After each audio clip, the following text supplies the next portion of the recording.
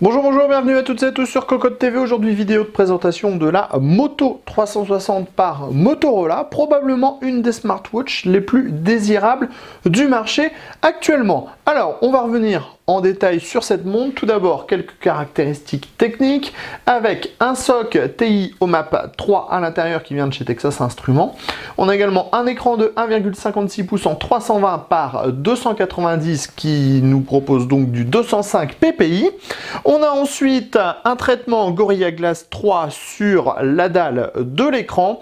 Une certification IP67, donc résistance à l'eau et à la poussière. On a également un cardio-fréquence-mètre, 512 mo de RAM, 4 Go de stockage et du Bluetooth. On commence avec le packaging qui est clairement et absolument superbe. Donc on a vraiment l'impression d'acheter une montre, tout ce qu'il y a de plus classique, une montre qui vient d'une société qui propose vraiment de l'horlogerie. On a ici le petit cordon, donc comme ça on peut porter la boîte, on a les petites notices à l'arrière, et quand on soulève, on arrive directement à la montre en elle-même. Nous avons reçu le modèle qui est avec un bracelet gris.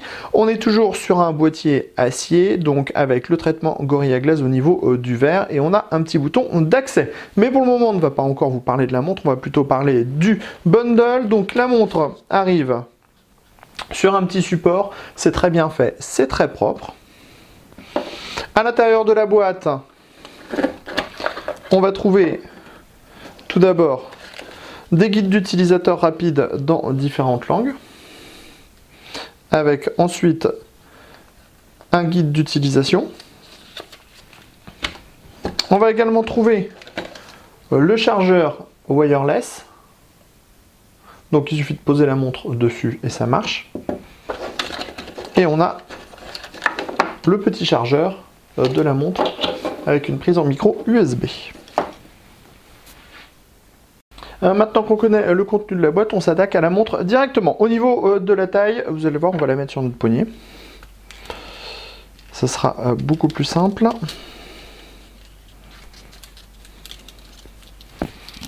Alors, quelques petites manipulations. Voilà ce que ça donne. C'est donc relativement gros, mais ça reste tout à fait raisonnable. Par rapport à une montre qui est un petit peu plus classique en taille, voilà ce que ça donne. Alors, au niveau de la montre en elle-même, on a donc un bracelet cuir qui est plutôt de bonne qualité, disons-le, assez sympathique. Donc, version grise pour notre montre, existe également en version noire. Sur le dessus, on a l'écran, donc un 1,56 pouces en 320 par 290. Il s'active tout simplement en touchant ce dernier. Sur le côté, on a un bouton. Le bouton permet en fait l'accès au menu, aux paramètres.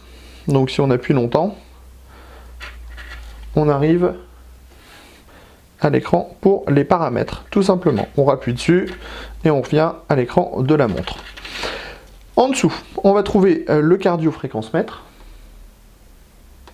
et différentes inscriptions qui nous rappellent qu'on a par exemple un traitement IP67, un boîtier en acier, le capteur, le wireless charging et le podomètre, très important pour savoir combien on marche dans la journée. Au niveau de la montre en elle-même, on va maintenant donc l'allumer. Donc il sera difficile de bien vous montrer l'écran parce que la luminosité est toujours un problème en vidéo. Alors, si on appuie une fois, on réactive en fait tout simplement la montre. Donc ça nous permet d'avoir l'heure. Si on rappuie une seconde fois, on passe au menu. Donc là par exemple, on est en mode avion actuellement. On pourra afficher l'activité, afficher la fréquence cardiaque, accéder à l'agenda, régler le minuteur, lancer le chronomètre, définir une alarme pour se réveiller le matin par exemple, afficher les différentes alarmes qui sont disponibles, ou encore accéder aux paramètres de la montre. On va aller accéder aux paramètres de la montre justement. Là le gris est plutôt bien puisqu'on voit beaucoup mieux. Donc on a la possibilité de régler la luminosité, soit on passe en mode auto, et donc tout se fait tout seul selon la luminosité extérieure, soit on choisit soi-même l'intensité, donc on a 5 niveaux, du plus fort ici, au plus bas ici. Donc on va plutôt rester dans le plus bas parce que ça nous permet d'un peu mieux voir en vidéo ce qu'on fait. Ensuite on a l'appareil Bluetooth, donc ça ce sera le téléphone ou la tablette sur laquelle vous allez connecter votre montre. L'écran de veille, donc l'écran de veille il vaut mieux le désactiver parce que ça évite d'avoir un écran de veille et tout simplement de tirer sur la batterie de la montre.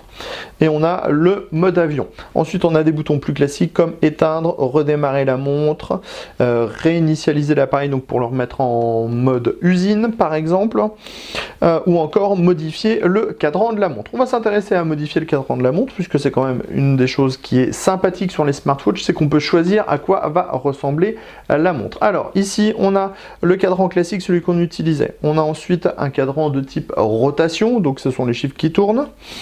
On a le cadran de type digital, le cadran de type vantage, le cadran simple, le cadran minimal, celui qu'on a tous connu sur toutes les news qu'on a fait à propos de la Moto 360, le mode chrono qui permettra d'afficher différents fuseaux horaires en même temps, ou le mode classique comme celui qu'on avait donc en début de vidéo. Alors si on choisit le mode chrono, on clique dessus, et donc une fois qu'on revient sur l'affichage, donc sur l'écran d'accueil en gros d'Android Wear, on a ce fameux cadran qui s'affiche. Pour le changer, on clique une fois, on va dans les paramètres, on reclique, on va chercher modifier le cadran, on prend le cadran, vous voyez ça en plus c'est très réactif, vraiment. Moi j'avais un petit peu peur que ça ramouille un peu parce qu'on est sur un socle qui n'est pas vraiment puissant en plus avec très peu de RAM, mais ça suffit amplement. Il faut dire qu'on n'a pas une définition non plus de folie sur l'écran en lui-même. Alors hop, on reclique parce que dès qu'on tarde un petit peu trop, tout disparaît. Paramètres,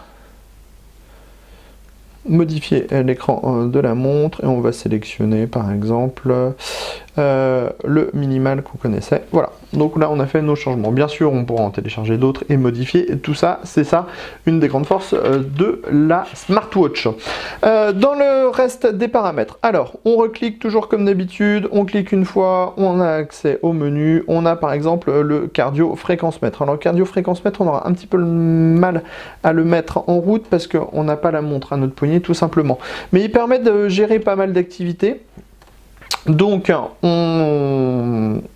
ça va permettre quand on est par exemple en train de courir tout simplement d'avoir des informations sur le rythme cardiaque que vous avez, donc tout ça en intégrant bien sûr les options de fit qu'on a dans Android Wear, donc ce qui permettra donc d'avoir un bon suivi par exemple durant ces activités de sport. Par contre, ça sera probablement très incompatible avec le bracelet cuir, parce que le bracelet cuir pendant le sport c'est pas ce qu'il y a de mieux, parce que ça aspire la transpiration, ou soit vous aurez un bracelet plastique pour faire du sport par exemple en même temps. Donc ça c'était le cardio fréquence mètre.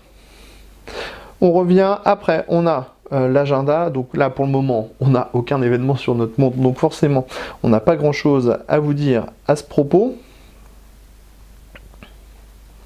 Vous voyez, tout se fait avec un clic, un doigt, et c'est assez facile. Alors, lancez le chronomètre, hein, voilà. Hop, vous appuyez, le chronomètre se lance. Si on appuie, il s'arrête.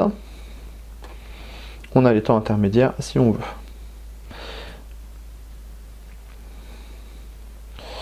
Définir une alarme, donc ça c'est tout simplement si on veut se mettre une alarme le matin. Donc des fonctionnalités assez classiques qu'on a déjà dans son téléphone, puisque faut savoir que comme on est sous Android Wear, on est sous un environnement tout simplement Android, donc on connaît déjà. Au niveau du prix, c'est 265 € pour les magasins qui la vendent au moins cher, 269 € en tarif de base. On a le droit à un bracelet noir en cuir ou un bracelet gris, donc selon le modèle que vous choisissez, on n'a pas les deux.